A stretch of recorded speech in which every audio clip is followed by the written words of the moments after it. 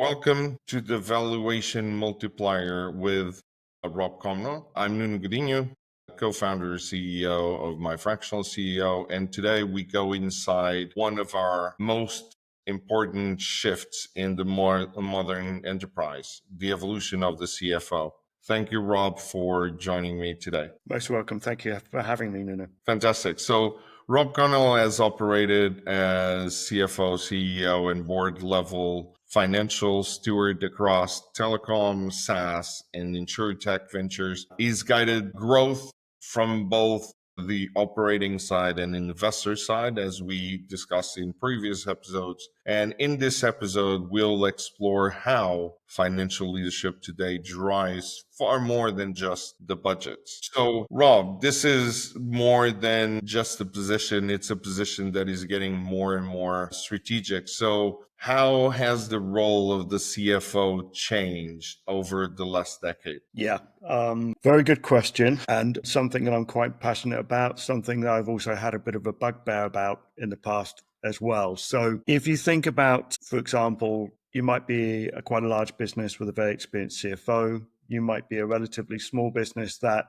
you might have a fractional CFO. You might be looking for one. You might be relying on an accountancy firm at the moment. And I think that's one area that I've spent a lot of time on, and helping, for example, accountancy firms with some of their systems and their software and stuff as well. And it's amazing the differences that you see in the accountancy firms between those who are very much bookkeepers to those who are very much focused on really advising whether it's you're doing the right things, or you're being, your tax planning effectively, you're taking advantage of R&D tax credits, or they're advising you against doing bad deals or whatever it might be.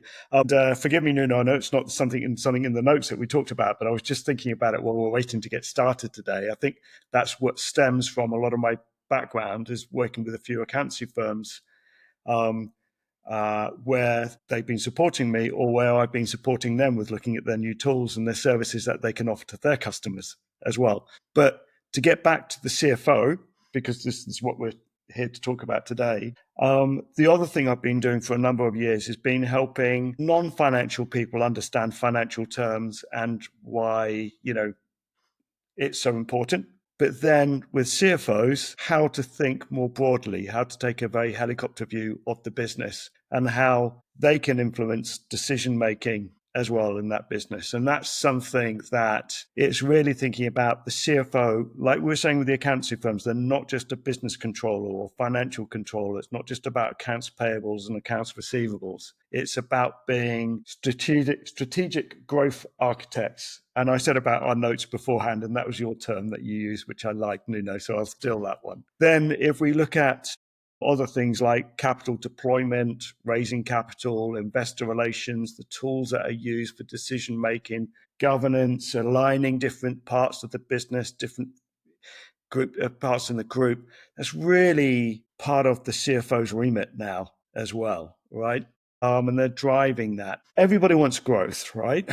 So whether you're chasing an increase in your valuation or an exit, or improving your dividends, shareholder value, etc., we're all chasing growth. It might not be more employees, might not even be necessarily that much more revenue, but you want profit growth or whatever. So it's growth. And how do you do that? Well, often you're looking at deepening the relationships with the clients that you already have. So that's not just saying to the sales guys, come on, we should be cross-selling, selling more to them. It's also thinking about, well, actually, of the clients that we've got, have we actually maximized our potential with them? And the CFO will normally have a good view on that, because they'll be able to see what they're billing all of their customers, and their peers. The other one is they will understand adding new services. That's great, but maybe they can also see trends of what's happening in the data in terms of what services are being profitable and what ones aren't, and where things are going.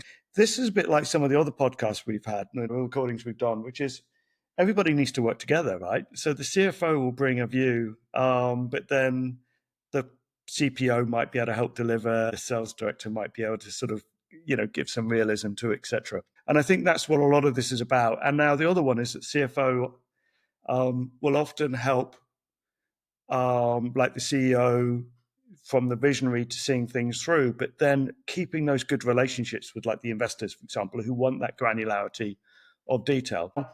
one of the things I'm quite active with at the moment is mergers and acquisition activity. And so it's great having the visionary CEO and all the rest of it, but you also need granularity if you're looking at things like debt funding, for example. You know, you need to see the business model and understand the business model. And you can't just throw the numbers at the CFO and expect them to fill a spreadsheet in. They now need to know that, the source and back up those assumptions, etc. as well. And I've been fortunate enough to have worked with some great CFOs in the past as well, who would turn around and say things like, well, is this market research statistically valid? Tell me about the sample that you spoke to. And then you see the product manager going white in the face because they asked their neighbor. So, so this is like trying to set the scene, which is the CFO is a voice of reason. Often, it's not just about looking back historically on things, but it is also looking at what's trending and pulling those things together. And as we get into it, I'll give you some examples of that. And I absolutely loved in how you position things, because a CFO is different from a bookkeeper, is different from a financial advisor, is different from it's really, for a long time, it's been looked as almost a gatekeeper, someone that was risk adverse, and in some cases they are responsible for the risk management. But it's getting that co-pilot, that growth co-pilot, which, as you say, does some important questions about what is the sample that you spoke to, what is the return on investment, what is the IRR, what is it going to impact to the investors, and the type of debt, if you're needing someone that needs to get a lot more involved and be a partner, as you said, into the business. And thinking that requires a little bit different skill set that we've seen in a lot of the CFOs. So let's go into a little bit more on what skills define a world-class CFO in 2025. Yeah. So, of course, it's great to have a solid background as a chartered accountant, as an auditor, maybe a commercial lawyer. But it's also, if the CFO has worked in corporate finance before, maybe worked within a sort of an analyst type position, that's great.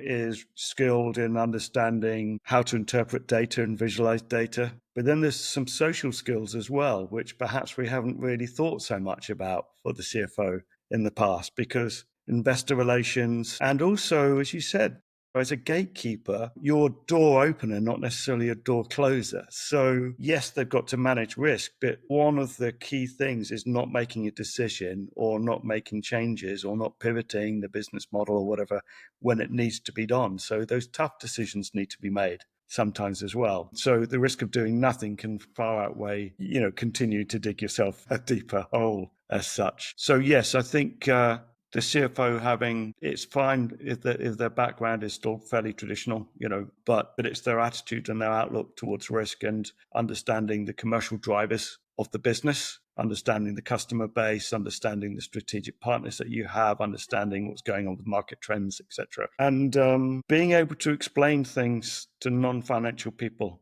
as well. I think that's always a skill. It's like a good CTO who can explain technologies to non-technologists, right? Absolutely. And as you said, is about risk weighting and not risk aversion, because there's a lot of pieces regarding to risk that we hear is like it's about risk mitigating, but it should be more risk weighting, risk management, because the risks are always there. It's about knowing them and doing strategies in order to not make those risks a blocker, but trying to figure out getting, as you mentioned, that capital strategy. So when should we go for debt funding? When should we go to equity raise? When, in this world, AI literacy is so important, and that cross-functional fluency that you mentioned, being able to explain, and I would even add a little bit of a foresight planning and scenario planning in order to go and say, okay, based on where we are going, these are the scenarios and this is how I'm going to manage the risk. Because in a lot of cases, it's been the blocker in saying, no, but this is what we're doing. And it's not about blocking some bets for the future. It's about giving them a box and a series of KPIs in order for it to be in, and make sure that, yes, we try, but with some guardrails in order to avoid sinking the ship because of a wrong attempt. You said a couple of things that triggered some thoughts from me then. So one of those things is that you've traditionally thought of the CFO saying, we've set the budget for the year, yes or no. That's not in the budget, that is in the budget. And I think one of the things that the modern CFO is now doing is thinking on their feet a little bit more, being more agile. So if the CFO can be educating the CEO and the rest of the C-suite to think a bit more like they do, and the others can get them to get the CFO to think a bit more like they do, then we get to a situation where, I'll give you an example. I was working with a great CEO, very successful, quite famous here now in Finland as an angel investor and a TV personality, giving a lot of business advice out there, etc. And one thing I'm quite proud of that I embedded into him and the sales director and the finance director was, rather than saying yes or no to things that came through, they would say, show me the business model. What's the business case for this? Because there might be an amazing opportunity that just because it hadn't been written down in the plan for the year, they weren't going to go for it. And then that's about getting people to understand opportunity of cost. Actually, that might be better for us to do than what we're intending to do with the resources this month or this year. So I love that. If you can have that discipline of having a business case to support a new product, a new service, a new country, a new acquisition, etc. If the business case stands up, then why can't you go for it, right? And so there's an agility aspect there. Now, the other side of it is the CFO still does need to remain someone who is a leader and a challenger as well. And I'll give you an example of that. One of the reasons I believe I ended up getting promoted into the MD of the telco I was working for is because I was able to work very well with the CFO. And I remember we had the person responsible for marketing and setting the budgets and the targets, etc. The person responsible for setting the operations, i.e. the network budget, etc. And their forecasts were poles apart. So the marketing person, and it was crazy, everybody was called MD, so MD of marketing, so basically the CMO or the marketing director, right, had a very ambitious plan that would give them quite a high ad spend. Cost per acquisition was pretty high, but a very bold target for market penetration and, new customer acquisitions. If we had actually given the budget for that and delivered against that, the network that we would have needed to have bought in advance and committed to from our third party, because we were a virtual ISP, it would have been millions more. We got to this point where, at this point, I'm not MD, I'm basically the guy responsible for the product. And I'm like, no, if I look at our competitors, I look at their cost per acquisition, I look at our pricing, all that stuff, I don't think we'll get that many more new customers, no matter at this price point and, using these channels, etc. And if we do that, I think we're going to be well under by this number. And if that's the case, we've got all this excess network and we will make a massive loss, right? So I was able to work with the CFO to basically get their poles apart budgets to align. So it was still ambitious. It was still going out there, spending money, acquiring customers, but we're building in a certain level of flexibility with the network purchase, etc., that we could turn stuff on and off to a certain extent, but we weren't overcommitting on that. And actually, it proved to be pretty accurate, yeah? And that made one of the difference between why we went from being a loss-making to a profitable business. There were some other reasons behind that, which were very much led by the CFO as well, because we took advantage of certain tax situations, which led to profitability, but it's a story for another day. But for this story, it was more about the CFO banging heads together. And that's very important, because that's when you become someone that is trying to understand the reasoning and is trying to really make that work. But it needs to have what is important and the business case, the agility to say, okay, this is where we turn off, this is where we turn on. And it's helping and it's working together. And I love the fact that, and it should be that you kind of go and give each leader of each area the ability to go and say, okay, here's what you need. And then you kind of need to negotiate. And that's where that strong interpersonal skills of the CFO is key in order for the future, because that is absolutely important in order to make things work. So this gives us the who. Who is the CFO of for 2025, what he needs to do and what skill sets. Let's not now talk about the how, because there was a lot of frameworks and a lot of different ways in order to do this. So, what frameworks do you use to link finance and strategic growth planning? What are things that you've seen successfully working from? Are there rolling forecasts or growth unit economics and all of those things? What type of things have you seen? Yeah. So yeah, I mean, you say things like rolling forecasts. So you still need to, you still need to model, right? And today's world, that's not an Excel that gets presented or a chart based on the Excel. That's now a document that everybody can edit, right? Whether you're using, G Suite or SharePoint or whatever it might be. Now that's a document that can be living and breathing and changing and updating. So everybody inputs and puts their assumptions in. So you need to obviously have that as your straw man or your template or your baseline. But those baselines then need to be challenged by the broader team, as we talked about. And outside of the functional team, the marketing director, the operations director, etc. I think also most businesses, I know also most businesses have strengthened their boards or looking to strengthen their boards. And before, you might have some very experienced people who could be jolly good carry on. Yeah.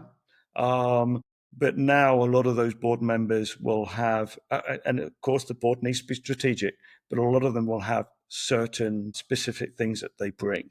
Yeah. So they might have a finance background, they might have a marketing background, they might have a particular industry sector. Lots of companies breaking into dual technology now, so you need someone who understands the defense sector, etc. So they have a real role to play. And I think leveraging the board experience, pressure testing those assumptions that are being put into those spreadsheets, that's really important. The CFOs, you said, they need the interpersonal skills, so they need to build trust so people feel like they can say what they think, not just following the company line, because that doesn't help anyone. And let people stick their neck out, right? You're not whistleblowing. And this is all around these tools are bringing transparency into these organizations and giving everybody as a voice, which we've often talked about as well. So unite, not blame, as such, right? Yeah, and you're collectively taking responsibility, not saying, the marketing guy gave a false, his scenario didn't work, or the operations guy's scenario didn't work. Our scenario didn't work, and this is what we're going to do to fix it. Yeah, it's about working, as you said, it's about working together. It's about, doing those strategic planning. Yeah. What are the key OKRs, KPIs, and everything that you need to be monitoring? What are the external forces, internal forces? What are the headwinds, tailwinds that you need to monitor? Because, as you say, it's about being an enabler. And that leads me to the next question, which is, how do CFOs become better partners to product, go-to-market teams, and CEOs? How do they build this better cross-functional alignment in order for things to work smoothly and not being a blocker? Yeah. I think a lot of the things that the CFO might do, or his team will do, his chief accountant, etc., will be doing, is maybe goes a little bit hidden from some people until it's the annual review, or annual report time. So yeah, sure, we talked about deploying capital or being gatekeeping, but they're also looking at things like, as you said, KPIs, and that's things like return on investments as you go along, and challenging on that. They have dare I say it, the boring stuff to do. They need to be balancing the cash reserves. They need to be getting the investments in at the right time. They need to be phasing maybe expenditure based on milestones, etc. So they're the grown up in the room, right?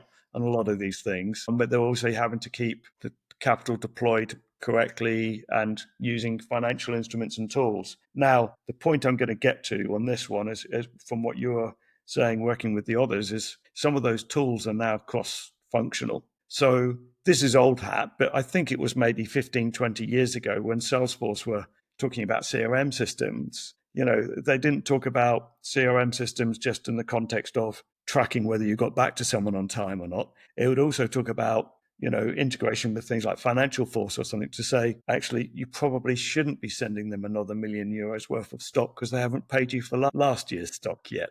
Yeah. So some of these tools now cross over. So that means things like cash flow management tools can cross over to CRM, can cross over to the forecast, and those forecasts might be coming from sales. So you are acting a bit as the glue here as the CFO. I love things like project accounting. So you're looking at a new project or a new product, or maybe you've got a consortium going on or something, and I think that's really good for control. You can do dashboards and things around that and share that with other people. And yeah, I think it's this transparency and a little bit more sharing those tools across different departments. And you talked about the project-based accounting, and I love that because I think it's important not only for new projects but looking at all, and that's been almost an obsession of mine.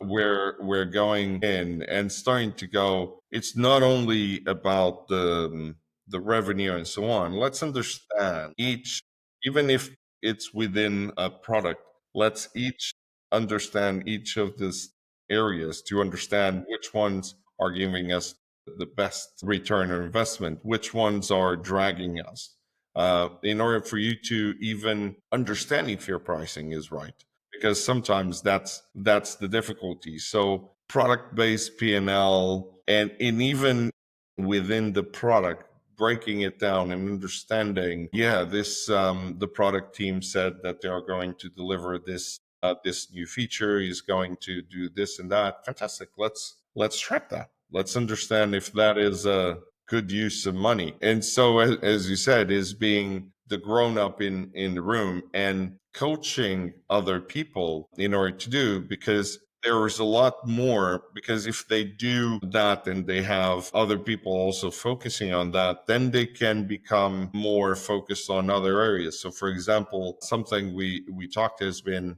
capital allocation and so on. So how do great CFOs today manage capital allocation under uncertainty, which is something that we are getting used to, the uncertainty? Yeah, obviously they're going to be managing a treasury function within the business.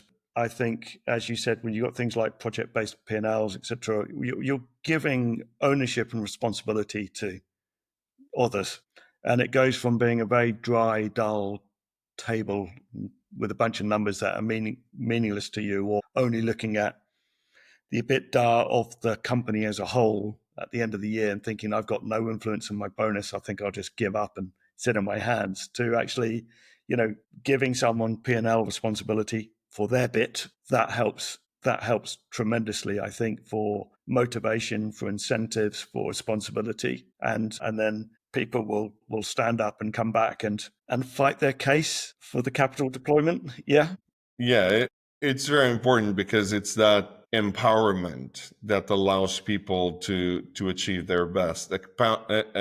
Empowerment and accountability to get them to achieve their best. And then the CFO is able to start thinking about, as you said, the capital investment, where are we going to do, and be more agile. But it's all based on something that you mentioned before, which is that single source of truth, which might be the CRM. It's been the CRM, which is well beyond a CRM now. So it's a CRM connected with financial system, connected with your sales system in terms of understanding everything that is going with your marketing elements in order to understand exactly what are you doing, online marketing or others, so that you can have a full picture.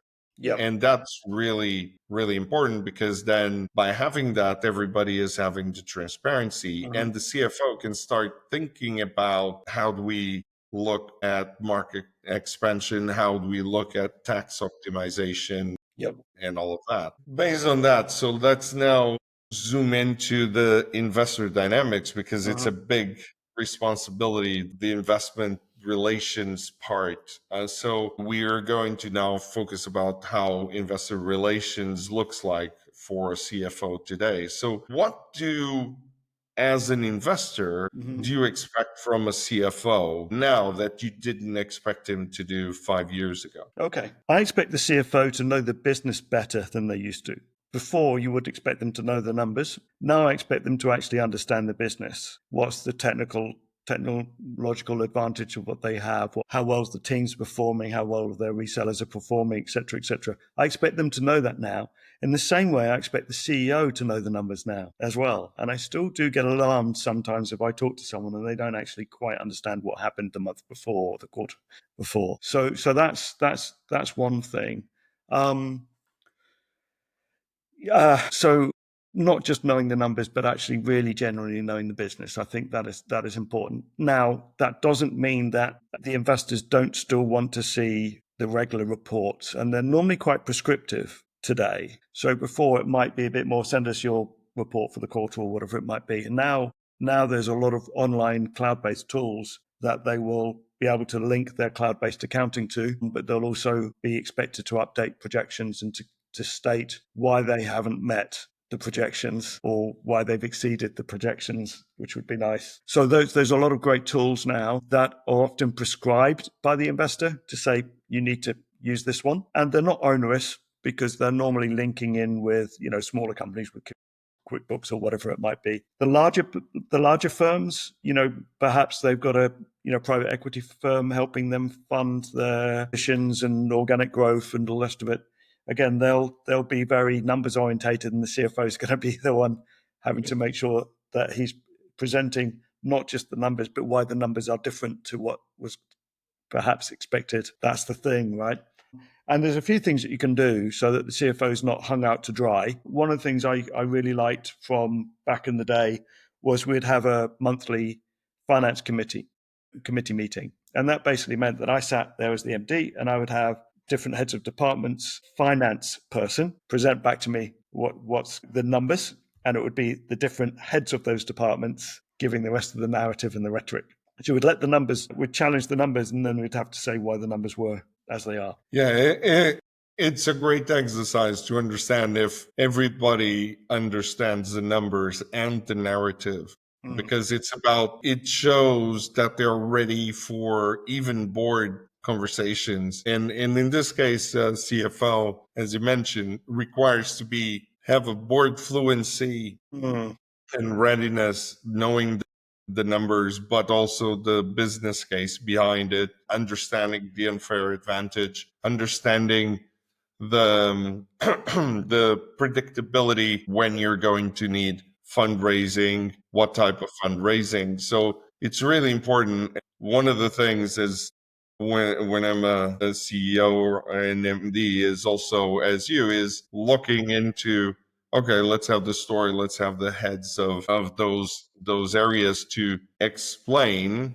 the business and the numbers to ensure that they understand the numbers, and then we can go in deep, because that shows that they are every day looking at the numbers. For me, is I love to start my day looking at the numbers and then going to make some hopefully interesting questions Yeah. to understand why that's happening. Because if you don't have that, then it's going to be hard. Sometimes you're going to need to do decisions, and if you don't know the numbers by heart, it's going to be hard. But sometimes the role of the CFO is also to communicate bad news or reforecasting, which is not unusual, Yes. in a way that doesn't erode the trust. So how do they do that? How do they communicate these bad news, reforecasting, and so on without eroding the trust in the investors, in the board, and all of that? Yeah, you can take a very proactive approach, and you should take a proactive approach to that. So you would be sending very regular updates to the board, to your shareholders, to your debt funders, external investors, etc. So I think it's important to keep the regular communication, even if you don't have anything particularly to say. Everything's on track. That's great. But you can also communicate signals if you think that there's a risk that you're coming away from something. So you're buying yourself time to have those discussions because you don't want to have to be in a position where you have a gun to your head or you're putting a gun to someone else's head. So that means that you've got a potential massive order coming, right? So you don't think, well, we have an option. You don't think to yourself, well, we have an option to maybe look at debt funding, and then you don't mention anything. You start that process because when you go and talk to someone about the debt funding, you'll need to be able to tell them these are the terms that we have from our suppliers. This is the stock we have at the moment. This is the stock we need to going to buy. This is the terms we're going to have with our customers. And you need to build that working capital model, update that working capital model, and do that early. So you've got time to talk to your existing connections and to reach out if it's maybe a bit too rich for them as well. And they might be, those investors might, for example, might be part of that now trusted network that you have, that they're willing to help you because you haven't just surprised them. Yeah. And you've been building up to this. And I think that's part of it, is just keeping very good regular contact. Yeah. And good relations, and never being defensive. If someone asks you a question, give them a straight answer. What is your cash balance? Sometimes I get these very, very long answers, but not actually the answer. Yeah. Which is frustrating. And I'm not trying to catch someone out. I'm just trying to find out what the situation is. Yeah. Yeah, it's very important that you have that relationship. And I kind of call it the candor framework, where you can be upfront, you can be very transparent with people, because you understand that everybody is there for the goal of making the company succeed. But it's, as you said, is about leading with, here are some things that we're seeing. Here's the potential effects. Here's already some of the things that we are planning, and here's some things that we'll need to look. If it's a big, massive potential order that is going to stretch, here's some ways to do it. It's about being that partner that goes and it's transparent, and it's managing and calibrating the expectations and saying, there is this massive order, the probability is this much because of A, B, and C. And trying to get that, again, is about being great in credibility management, crisis management, but being candid, as you mentioned, is very important. Let's talk about the future of finance leadership for a close, to bring this to a close. So what's your prediction for how the CFO role will evolve over the next 3 to 5 years? What do you see it turning into, and what parts do you see evolving? I think, like so many of our roles, we'll be able to focus on the more strategic, visionary, almost cerebral aspects of what we do. So,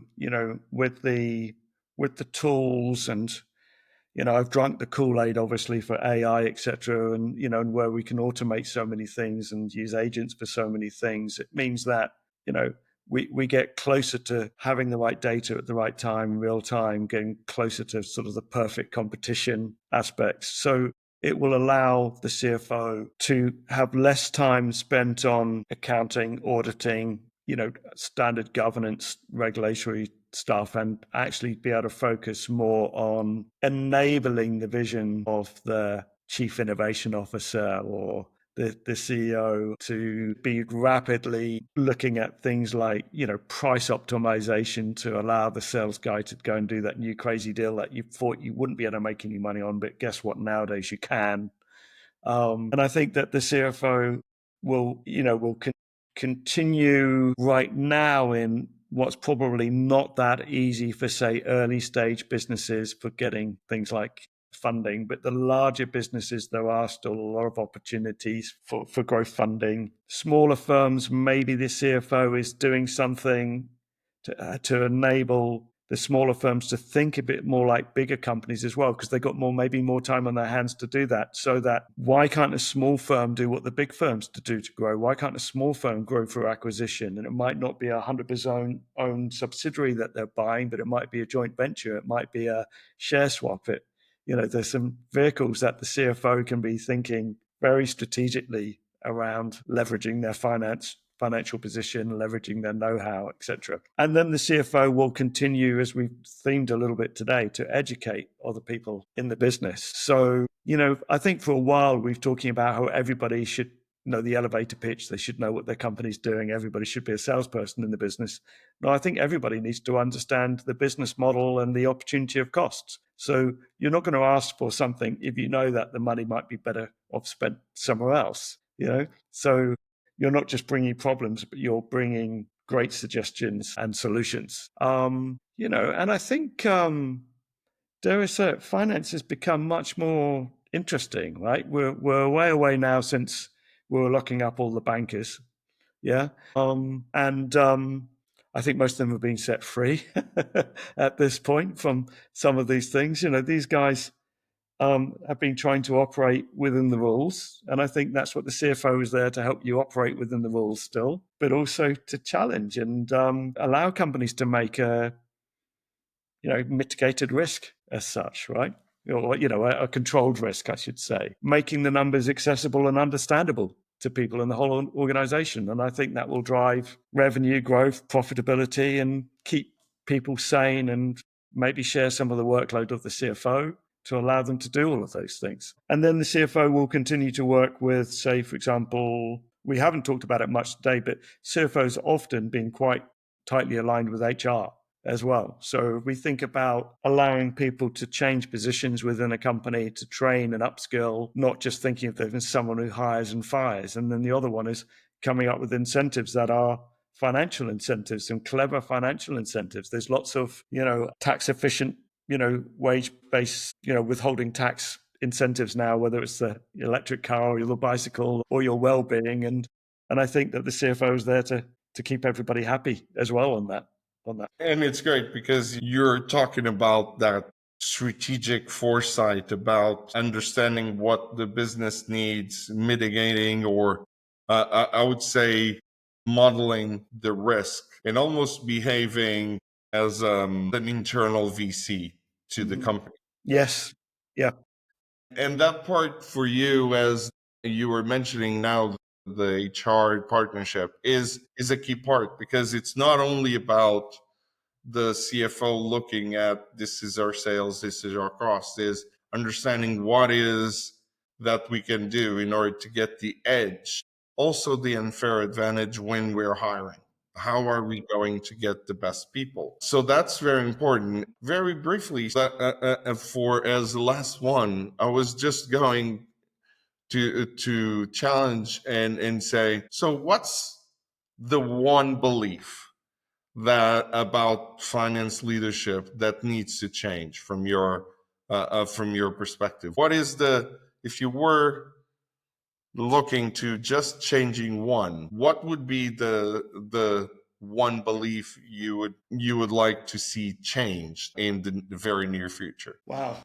It really is making sure the CFO doesn't feel like their responsibility starts and ends with bookkeeping. It really is about the fact that they have the knowledge and the experience that they should be allowed to speak up and challenge where resources should be focused. If plans are realistic, if plans aren't maybe ambitious enough and they know that they can tap into external funding and the rest of it, then that's it. So go from feeling like you're only responsible for bookkeeping and governance through to feeling like you're actually responsible to drive that EBITDA number, not just report on that EBIT number. And that's a great point, is because it's the kind of belief that finance is just reporting. It's not. It needs change. It's as you mentioned, it's a strategic partnership and key part in order for the success of the company. So, Rob, thank you very much for helping us frame this financial leadership. For everybody listening, this has been a massive wake-up call. CFOs aren't just about managing capital. They are designing the future. So share this with your finance team, your leadership peers, and everybody else. And engage with Rob, engage with us, follow Rob on LinkedIn, subscribe to this Valuation Multiplier Thought Leadership series by Rob Connell. And continue to look and continue to learn, because on the next one, we're going to talk about product as a commercial growth engine, not just a roadmap. So thank you, Rob, for your time today, and look forward for continuing to learning from you. Thank you, Nuno. Thank you very much.